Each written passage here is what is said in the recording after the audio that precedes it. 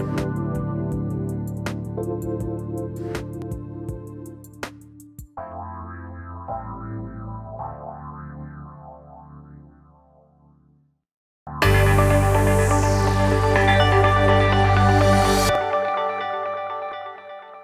everyone, and welcome. I'm Jennifer Bloome, host of Soul Wisdom Abundance, Create Wealth Through Spiritual Health. I'm a soul abundance guide and creator of Soul Money Languages. I am truly delighted to have you all along for a ride for another episode. And for those of you who have been here before, you know that this podcast is really all about creating a new paradigm around money, really wanting people to get away from this idea that money is about power and worth, that money is not about, working your fingers to the bone to prove that you're worthy of receiving it, or even that money has to be something that's painful, something that we need to, put our blinders up and charge ahead. I really am excited about bringing people into a new paradigm for money, which I call soul abundance, which is all about putting divinity and soul at the center so that when we are working on our really personal and specific relationship with money, we are centered in a place that has divinity at its heart, that has unlimited resources, and the idea that, we're all in this together at its heart. And when we do that, money now has a new sense of joy and freedom and ease. And honestly, what we're doing here is bringing consciousness to money. And I couldn't be happier to have a guest today who has put bringing consciousness to money, creating brand new relationship with money at the center of her career for a number of years. And I'm really delighted to welcome you, Bari. This is Bari Tessler. Thank you for being here with me today. Thanks so much for having me. Thank you. Yeah, so let me just say a little bit about Bari. She is, maybe most importantly, a momapreneur. She's a financial therapist and has created a year-long program called The Art of Money, which I know you're in the middle of launching for the next year, so I will get a chance to chat about that. And she, before you were a financial therapist, you worked in somatic therapy, which is all about body-centered approaches to healing. And that's one thing that I'm really anxious to talk to you about today. But I think my favorite thing that you have to say about money is that it is an elephant worth friending. And every time I read that or see that, I get a little bit of warmth in my heart because I don't feel quite so alone. That I'm not just this geek that loves talking about money. That money really is something that is at the center of our lives and is important to bring into this realm of consciousness. So welcome. Thank you. Thank you. Thank you. Yeah. Okay. So we could take this conversation in lots of different directions, but um, I'd like to start maybe by talking about what it means to you to bring consciousness to money. How would you talk about consciousness and money and why it's even important to do that? Yeah, I have to share a personal story if I'm going to explain that. And the personal story is that in my 20s, when I became clear that I wanted to be a therapist, and I went to graduate school at the age of 24 to train in somatic psychotherapy. So I tried going to talk therapists as a 16-year-old, and it was okay. But I knew there was a lot that I could pretend, or we just couldn't get underneath the surface. I knew I needed other Mm. creative ways to access, and I knew there was so much emotion going on in my body, right? So when I heard of somatic therapy, I ran to the graduate program. And in during that time, the main themes that I was studying were body and intimacy and sexuality, um, and grief and death. So those were my topics. Those were my favorite topics during that time. And I worked in the mental health field and did my internships in the mental health field and worked in hospice from all different angles. And so I spent most of my 20s studying those topics. Mm. And money was never on my radar. Never. And then my school loan came due at the age of 28. And that was a huge epiphany moment for me because I realized that, one, when I looked back at my graduate school, we had studied every other topic and subject except for money. And it Mm, was, it was mind right. blowing to me. How was I going to work with couples if that's the biggest elephant in the room around couples? If that on the surface is the reason most couples get divorced, which it's not money, it's that they don't know how to communicate well about money, right? They give money has such deeper meanings. It brings up so many concepts you've already named: power and responsibility and enoughness and value, and right. Uh, Hmm. so I just was like, it was alarming to me when my school loan came due that this was never taught as I was becoming a therapist. And so I didn't know my own relationship to money, let alone how I could help couples, let alone how I would be able to ever start a business or practice and do all the bookkeeping. So it was such a missing piece that in that moment, I was like, either I'm going to go running away, screaming, never look back and not deal with my student loan or the topic of money, or I'm going to deal with it and face it in the same way that I faced all those other big topics that were scary, that were the elephant in the room, that were brought up shame for me, right? Right. And so when and the other thing is that in that moment, I thought I was the only one with money issues. I thought I was the only one with money shame, Right. and Right. pretty quickly I got, and so I'm going to finish my answer to your question, but Yep. pretty quickly I got to see that I wasn't the only one, that people from all different lineage, economic class, income levels, that we all had strengths around money, we all had challenges, we all had some shame. So that was a huge epiphany. And so when I decided that it was time to create my own work around money, I had to bring all the tools and practices that I was studying as a somatic therapist, that I was studying at a Buddhist based graduate program. So it was steeped in spiritual practice. I had to bring deeper tools of playfulness and creativity and deeper meaning, and awareness and mindfulness. So I created a whole methodology that had all of these tools and practices that I was living in every other area of my life, but I never thought I could connect them with money. And as soon as I did, it was like, okay, Right. all the people who go to the traditional money books, and those are good and fine. We need to know how to pay down debt, we need to know investing. But it was missing so much for me around awareness, mindfulness, and around how to work with all the money emotions. So that's a beginning answer. That's a beginning. Excuse me. Right. So many things to pull out from what you had to say there. And I think that the thing that I'm nodding my head the most around is this idea that when we carry shame around money, that we think we're the only one. Right. We think that, but what's really fascinating is it doesn't matter whether you are somebody who is living paycheck to paycheck or not paycheck to paycheck, or someone who has so much extra in your bank account that you can do whatever you want. None of us are immune to to the idea of money shame. Can you talk a little bit more about what that means?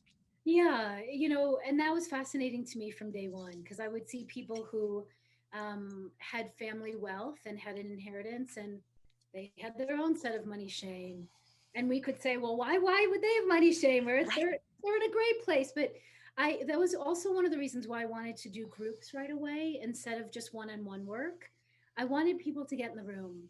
Even when I did Mm, tiny little groups, taught tiny groups of 10 people, we all came from different places. And so we were able to see right away, again, no matter what lineage, background, income levels, whether most families just did not talk about money. Again, if you came from more of a working class, lower class family, middle class family, you had your own set of, I grew up middle class, I had my own set of shame. yeah. And whether you came from more of an upper, wealthy class. And shame is for me just, I'm not okay. Something's wrong with me. I'm stupid. The way I do this is wrong. Everyone else learned this but me. I'm not okay. And shame comes up whenever we're going to take on any big topic or whenever we're going to really look inside and say, what is my relationship here? What do I do well? What do I not do well? What did I learn?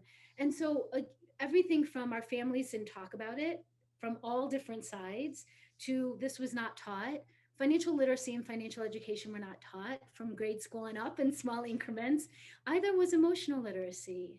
So we're getting a double whammy there. And so shame just comes up for us because we think we should know this. I even knew so many women um, in the corporate world, high, earners, but felt so much shame because they were spending beyond their means. They were still going into debt. They weren't tracking their numbers. Like it shows up in so many different ways, and it's all those things from we don't talk about it, so it's still a taboo. That's changing, to we were simply not given a full complete financial education, and we think everyone else knows how to do this, or we don't know how to ask for help, or we think we shouldn't, and instead of there's a whole financial team of bookkeepers and accountants and financial coaches and planners and financial therapists and on and on. And one of the things I love to teach is just what are the differences? What are the different Mm. roles? And who do we go to? It's a whole area and a specialty that, and there's a lot of support and help out there. So shame is just a first emotion. It feels like it's this thick coat. We're not okay. Something's wrong with us.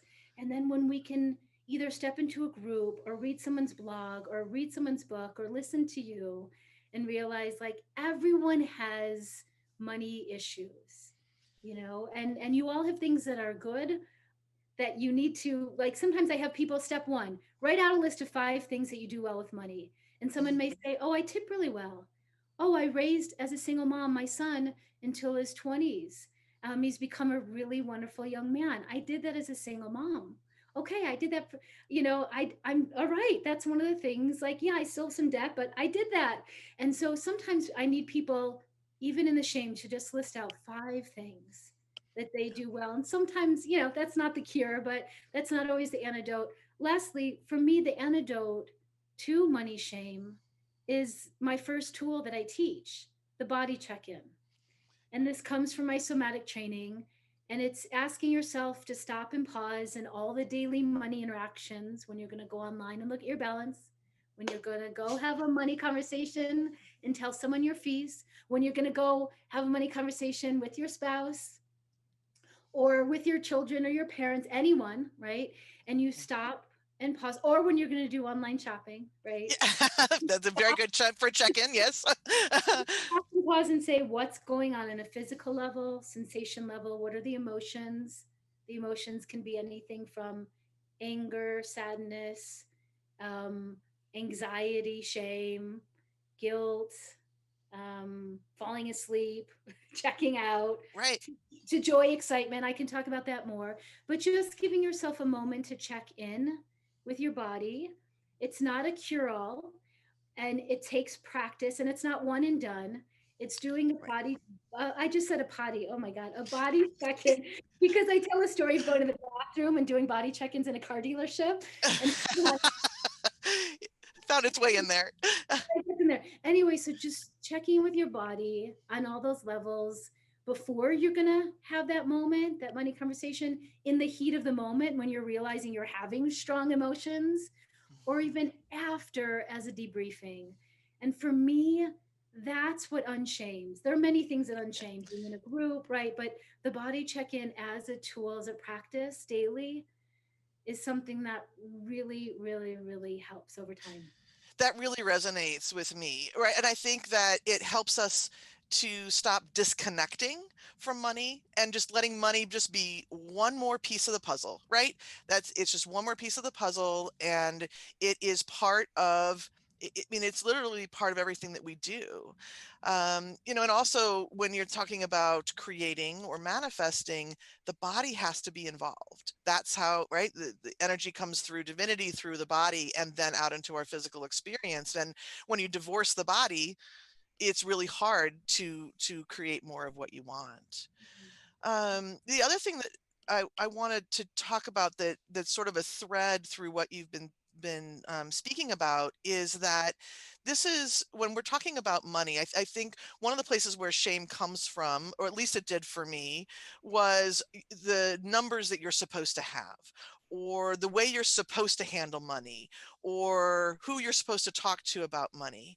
And one of the things that I love about what you teach, and I'd love you to speak to a little bit more, is that you really put you in the center of the relationship, right? That it's how that there are no rules other than how you yourself would like to work with money, Yeah, I mean right? that goes back to all the original books that I read were by older white guys, and they tell you exactly how to do things, and there's a lot of tough love. And right from the beginning, I was like, this is not going to work for me. I had so No, much tough love growing up with my own father. No, no. and I There's a needed lot of pain around money. There's no need to do more of it. there's no need to do more. Like, let's add in compassion, let's add in love, let's add in gentleness, right? And that you need to find your own way, right? There's no right way. And we all do it a little different. And so I do want to teach people to find their own way and check in with their own intuition. And that goes back to the body, as you were saying. And then I create so many tools to make it more personal and meaningful. Everything from when I sit down to a bookkeeping system, I have people rename their categories. And it may seem like what's a big deal about naming, but I think words are powerful. And they set intention, they honor what's happening. um, uh, there's so much in the honoring and the setting of intention, and words choices are very important. Like, most people don't love the word budget. You might be fine with, right? Oh, budget and me, we're like this, right? Yeah. Right. If for many it feels like, again, there's a right way to do it. It's a rigid diet, Yeah. and all of that, instead of, no, um, you get to do this your way. So I have people rename their categories as just one. So everything from renaming rent or mortgage to home or sanctuary or love shack, or, and that may seem silly, but a No, financial planner gave me that one. She was newly married for the second time in her 40s and was so happy. And right. so she stood up in like a big conference and said, Love Shack. I would rename Love it it. Love Shack. And other people rename their debt. And this is where it gets a little deeper. Instead of that damn debt or that time Right. in my life, I always say, what was really going on? And it could be um, a health crisis, it could be a spiritual crisis, it could be I was transitioning from the corporate world to start my own work in the world that I've been afraid of and wanting to do for so long. It was my wife went through cancer and she made it, and these are the medical bills for that. Or even, I had someone like who couldn't even look at the numbers and come up with a payment plan. And I said, what was really going on? She said, this debt was mostly this really huge adventure and trip to Italy that changed the course of my life.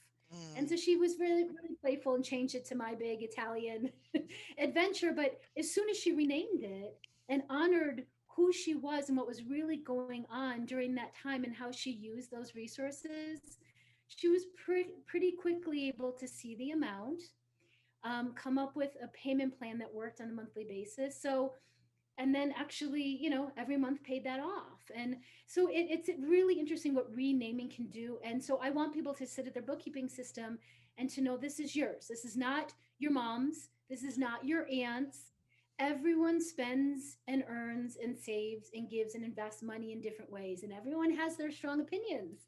But we have to find what our own values are, what our own priorities are, put them in the bookkeeping system. And that's just one tool. I have many, many.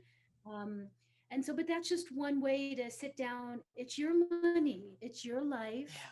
You get to really see how you're living and spending and earning in accordance with your values, where you're not. We're not always doing that. Sometimes we're working towards that. But that's a way to begin to make it more your own. Yeah. Absolutely. And I think what this really illustrates is one of the reasons that I love money. And I too did not start in the money arena. I started actually working with women around fertility issues. That was where I started, and through my own journey with money, ended up bringing that creative process into money. But one of the things that I do really love about money is that it gives us the opportunity to grow in ways that have nothing to do with our bank accounts, right? When you can sit down and think about, all right, here was this trip to Italy that changed my life. It's a place of expansion, right? Money then is highlighting our expansive places. So when we make friends with it, it really offers us so many opportunities beyond just growing that bank account to where it should be. Yeah, I want to say something about that. I mean, I think Yeah, that was what propelled me early on. It was um I have a master's degree. I'm working in the mental health field. I'm making $11 an hour yeah, full time. yeah. I can't show up at dinners with a basket full of chocolate like I would love to do. I can't get any massage. And so I felt really stuck, and I felt like I hit a money ceiling. It was 2000 a month. I couldn't get beyond $11. And, you know, I was frustrated and, but it was also, that was the moment where I said, okay, this is a challenge. This is an opportunity. Like, what do I want? How can I get to the next level? How can I move beyond this money ceiling? How can I even imagine creating a livelihood, doing work that I really love, Yeah. also earning? And so every one of those moments when I've had some kind of stuck or challenge place or even a really direct money curveball, they're not easy, they're uncomfortable, they're awkward, but they're always moments that challenge me to go deeper in the work that I want to do, and grow that or be more generous. Or it's just always a challenge moment on every single level, and it's connected and related to money. Mhm. And it's about money, but it's not about money. It, yeah, you know what? I had a, I had a coach. Oh, this was a long time ago, and I had. It was during a time of my life. Part of my money story is my husband has been through multiple year long, actually, unemployment stints, and being a mom of three, and there's $10 in the checking account, and I had a coach who said to me once, "You know what, Jennifer? It's never about the money." And she was trying to upsell me on some program of hers, and you know it wasn't. I mean, I knew in my gut that it wasn't about the money, but when the checking account says it's about the money, that gets to be a little bit scary. So um I think that Right. we really have an opportunity to, as I said before, right, to grow and expand through those moments. But they also, we get to be really gentle with ourselves, so that when one of those challenges is present, that we're not berating ourselves, which is what I chose to do in that moment, right? Was to berate myself over the fact that I couldn't do that upsell program. But when we can be more gentle and kind and loving, and see it as this opportunity for challenge and expansion, right, then solutions start to pour in. Certainly, but I think those moments of ebbs need to be really honored. Yes. And yeah, we might go into initial berating ourselves, but hopefully we can catch it quickly and honor this is a transition. Every human goes through them. We have Mhm. ups and downs in life and money.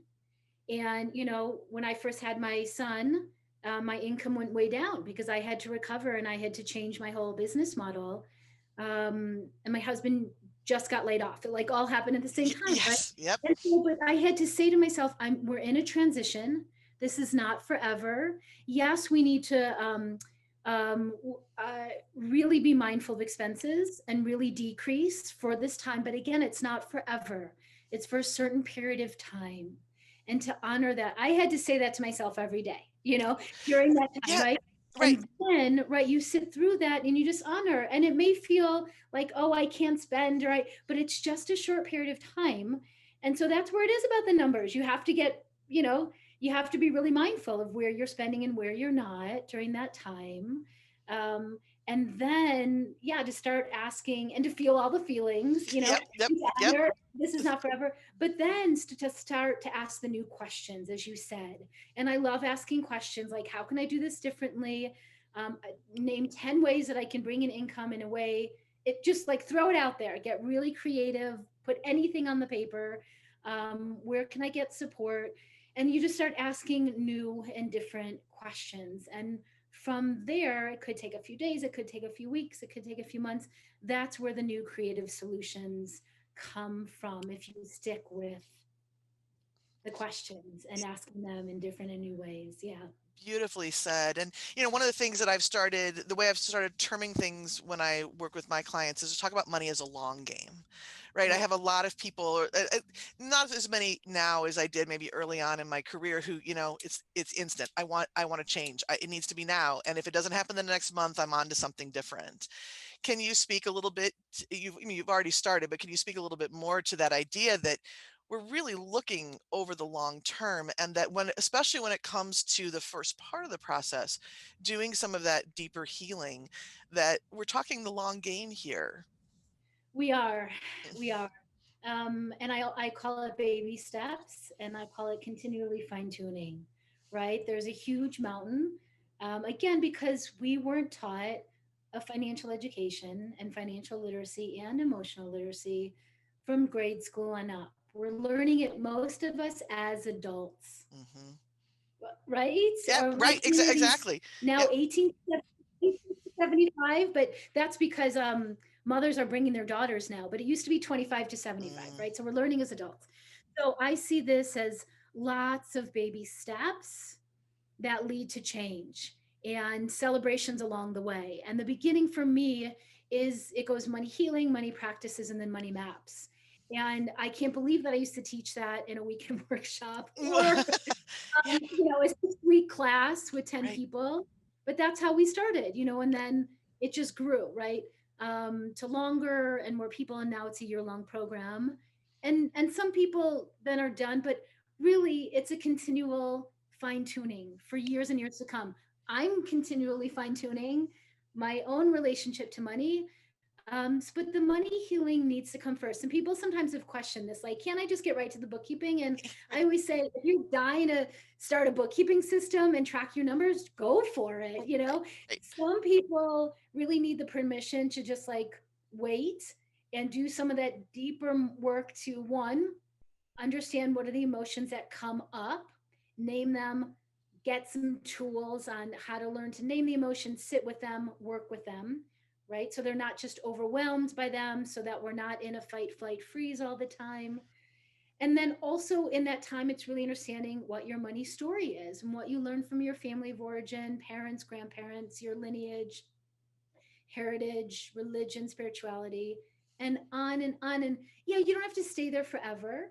And no, we don't need to be done with the money healing work before we get to the practical stuff. But I've heard time and time again, when you do some of that deeper work and you learn some of the tools on the body check in and you start practicing that daily in all these money interactions, you start to have memories of, oh, I remember my mom paying the bills at the kitchen table and being really anxious.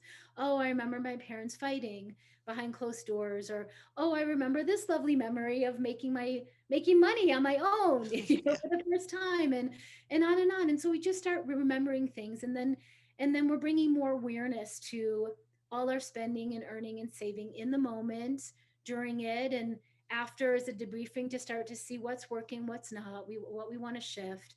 And when people actually get to the second phase, and I in my year-long program we do 4 months of money healing, and then when we get to the money practices, people are so much more ready to learn the language of money, to learn a bookkeeping system. They down the road fall in love with bookkeeping, and they're like, you told me that this would happen, and I never believed you that I would fall in love with Quicken or QuickBooks. Like, I wasn't good at math. I wasn't good at math growing up. It has nothing to do with learning a bookkeeping Right. system. Right. So also people have the tools. Even when we get to create a financial support team, they go to sit down with a financial planner, and in the past their eyes would glaze over. They'd be like, I don't even know what you're saying.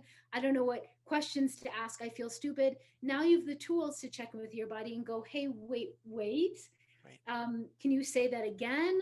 Or I have some questions for you. Or I'm going to go take a bathroom break, because I'm Right. overwhelmed. And you learn how you bring the body check in with you. And you've just done a lot more work on what the set of emotions are. And so when they come up in that meeting, you're not as surprised or shocked, and you know how to work with them in the moment so much better. So that's why I like to start there. But it really is baby steps. It's celebrating along the way, so you don't forget what the baby steps were that you took. Right. 'Cause, sometimes I have people like write out, like, what are all these changes and shifts that you're noticing? Because we forget once we're on to the next thing, we're like, we just totally forget That all we're the work. human, right? It's like on to the next. Yeah. Yes. But it's really a spiral, to me, is what it feels like what you're describing, right? I'm gonna do a little bit of healing, and I'm gonna get a little bit more literacy, and then I'm gonna step into my stuff, and then step into really doing my bookkeeping, and then, oh, wait a minute, here's this other layer. I really found that, when all of I live outside of Minneapolis, St. Paul, and I found, when all the riots were happening this summer, brand new level of awareness for myself, and my privilege and the guilt and the shame that went along with that, and to have tools to be able to deal with my own guilt and shame. I don't need to put that on anybody else, right? That doesn't if that stops me from helping other people, right? So again, it's just part of that spiral, and learning and embodying and moving forward. So, well, Barry, thank you so much. So pleased that you are here and willing to share your time and energy with all of us today. So I know that you're in the middle of registration for the Art of Money program, which is the big year-long program. Can you say a little bit more about how people can find out more about the program, find out more about you before we wrap up? Sure. So my year-long program takes you through the three phases of the money healing for 4 months, money practices, and then money maps. Tons of guest teachers that I've been collaborating with for years, an incredible alumni. I've been doing the year long for 9 years now. So, Mm, and teaching for almost 20. That gives my age. So yeah, I'm eh, post 50. And so yes, and so you can find out everything if you come to my website at baritessler.com. And the biggest thing that I want to say that we're doing this year, which I've never done before, is I don't raise my pricing every year, and I haven't for 9 years. This year, though, we're adding in a buddy special. So we always had a couple special.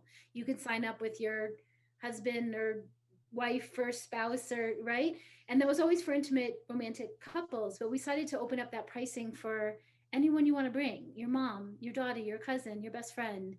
So it's a Fantastic. Yeah, buddy, it's yeah. a buddy pricing, and we're getting so many wonderful combinations, and it's making the community part stronger. It's just making me so happy to see that people are bringing a buddy. So that's an extra pricing discount that we're offering during this early bird that we're in right now, that we've never offered. And I can't say we'll never do it again, but we've never done it, and I'm Yeah. really excited about it. So you can find out everything at my website, and I'm also on Instagram. I love Instagram. Yeah. Yeah, those are good places to find me. Also by my name, Barry, Bari Tessler.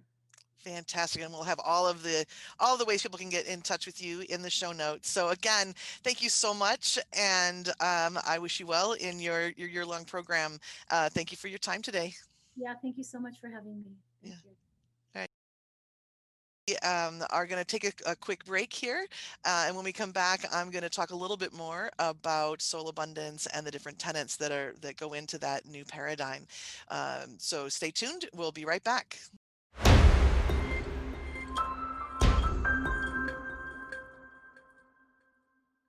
Welcome back. I'm Jennifer Bloome, and you're listening to Soul Wisdom Abundance here on Transformation Talk Radio. Just had a really wonderful conversation with Bari Tessler, all about different aspects of the money relationship, the money game, all of the ways that we hold ourselves back with our shame, and ways that we can tune into the body to be able to allow ourselves to release, well, first of all, become aware of what we're feeling, and then release the emotion. It's really important to have a whole set of tools in your toolbox when dealing with money. It is really, as you know, it can be very supercharged. It can create a lot of sensations, and as Barry said, we're not taught financial literacy. We're not taught emotional literacy as we're growing up. And we all have our own histories with whether we're told, how we're told about how to feel or what to feel. I know in my group of friends, I was always the person that felt the most. I am quite an emoter, and learned very early on that not everybody was, right. So um, when you don't have the again, as Barry says, the emotional literacy, you you have a hard time being able to tune in and check into what your body is telling you about what you're feeling. And when we ignore that, that's when we start to tuck away old money beliefs. That's when we, right? So if you are let's say that you're checking your bank balance and it's lower than you thought it was, or you get um, let's say you get a overdraft notice from your bank, and your body goes into that panic um, response, right? Your heart starts beating, you get that really terrible lump in the center of your stomach, and if you never really it doesn't feel good, right? So if you don't learn how to check in and release that, you start to build up these beliefs that money is hard, money is painful, and you start to push away your own connection with your own connection with your money team, with your money relationship. So I would highly recommend. But Bari has a book called The Art of Money, and she goes into a number of details there. Okay. All right.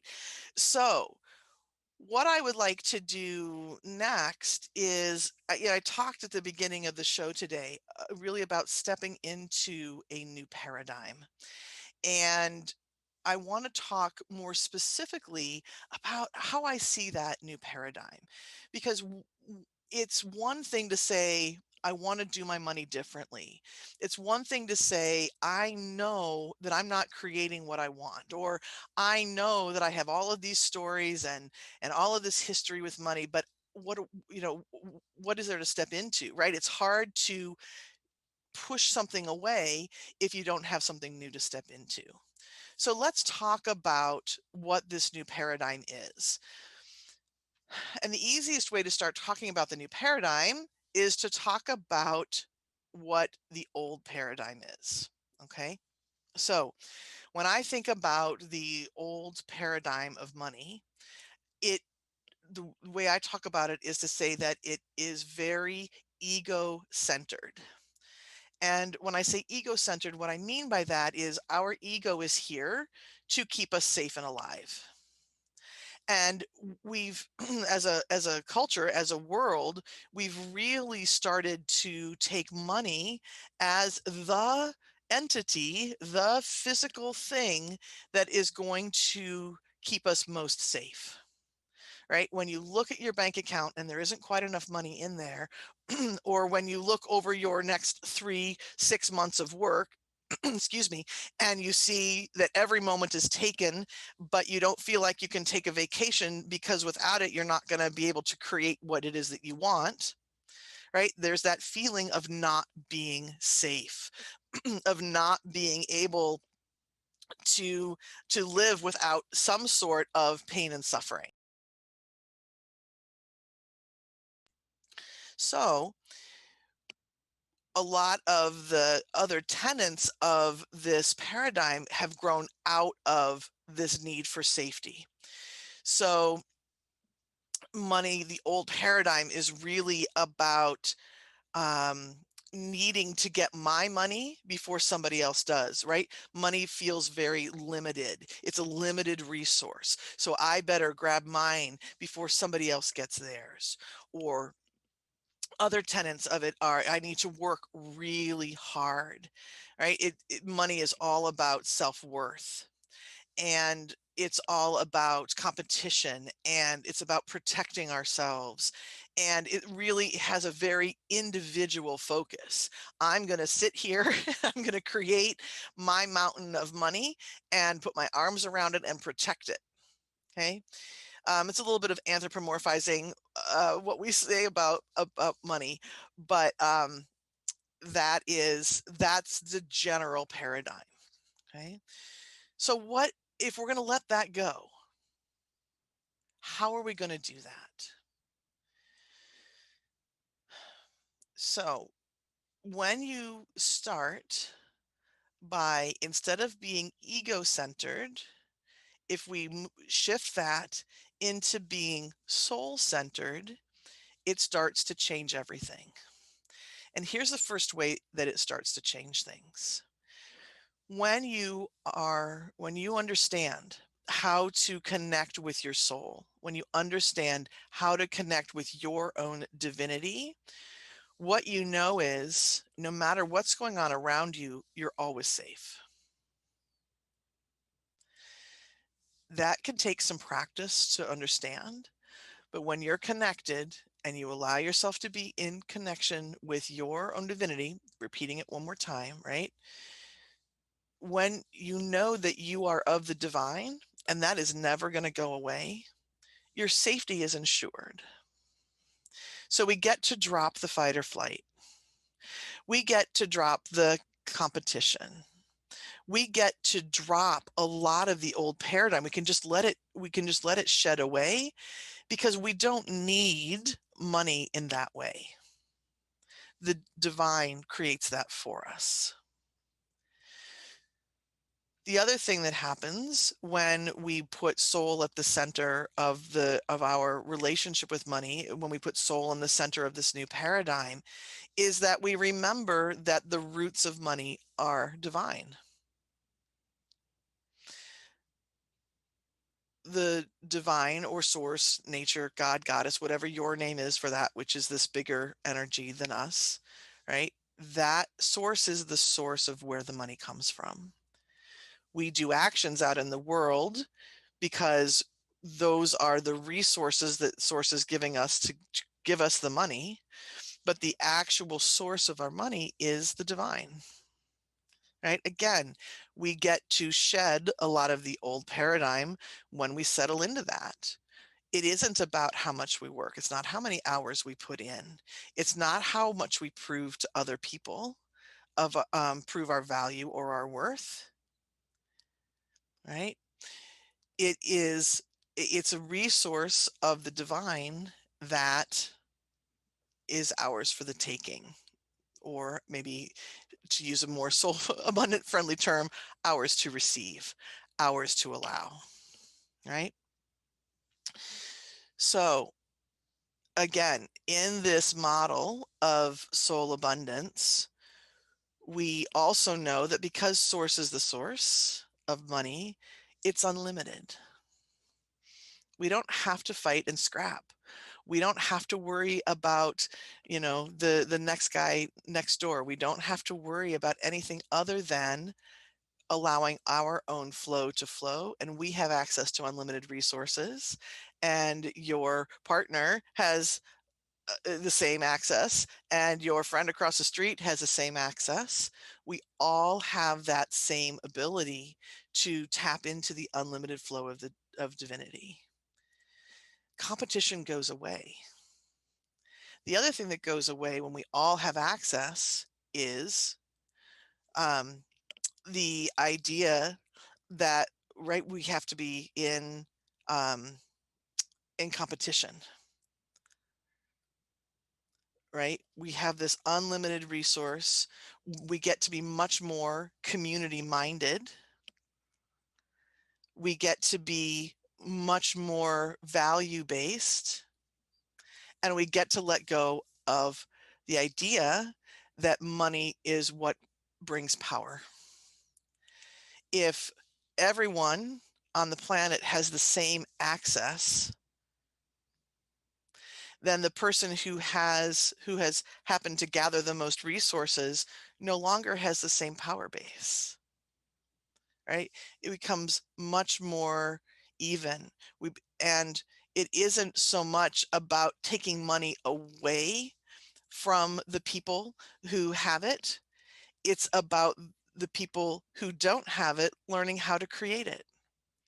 You know, I just had a conversation with a client the other day who was talking about how she felt like the resources on this planet are very badly divided, right? You have an actor, an actress who takes part in a movie that makes, I don't know, millions, billions of dollars.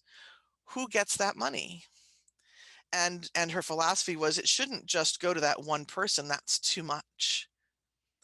Right? There are people with way too much money, and things cost too much, and we really need to bring that down so that those of us who don't have as much can have better access. And I will say that there is a part of me that recognizes that there are inequities on this planet. The way that we value certain skills is inequitable. I have a daughter who is a high school chemistry teacher. And when I look at the impact that she has on on her students, it's phenomenal, right? It's life changing. She's teaching them problem solving skills. She's teaching them how to think, and to think through complex issues. Um, and again, that's a life skill that I want, right, in that next generation. And then I look at what her salary is and I compare it to somebody else who, may or may not be making that same impact on the next generation, but is earning several zeros more than what she is, right? So there are some inequities to look at, but I don't think the answer is bringing everybody down. Okay, money is unlimited, and if we spend our time worrying about what somebody else has, or looking at that number and thinking, I can never have it, that's not fair, all that does is cut us off from our own flow, right? So if we, soul abundance is at the same time very community minded, but also very individual minded. It's very much about you learning how to create this personal and specific relationship that you have with money. It's all about being able to learn how to sit at the table with the divine and with money, because those are the two other aspects of your money relationship, and know that you're sitting there in equality. And if I'm here in this relationship, how do I then allow money to flow to me? When we get really angry about the outside world and what it's doing and who has it and who has the power and who doesn't, all we're doing is is severing, and that's too big of a word, but it depends on how angry we are, but we sever our connection, right? At the heart of the soul abundance paradigm is your vertical connection with the divine, and with understanding that you are a unique strand of that divine and you have access to all of those resources. Okay? So like I said, it's this delicate balance between um between knowing that everyone has access, everyone is equal, and I get to direct my specific relationship. Okay.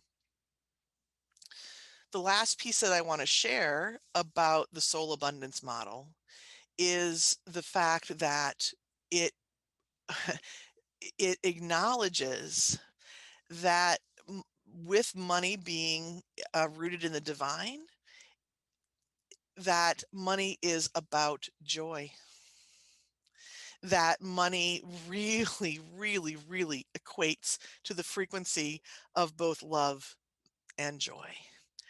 And I know that that can seem, if you haven't really ever thought about that before, if you are knee deep in your finances, if you're knee deep in a job that seems like it is soul sucking, but you feel like you have to do it to meet everybody's expectations, it can feel like joy and love are the furthest thing from where you are.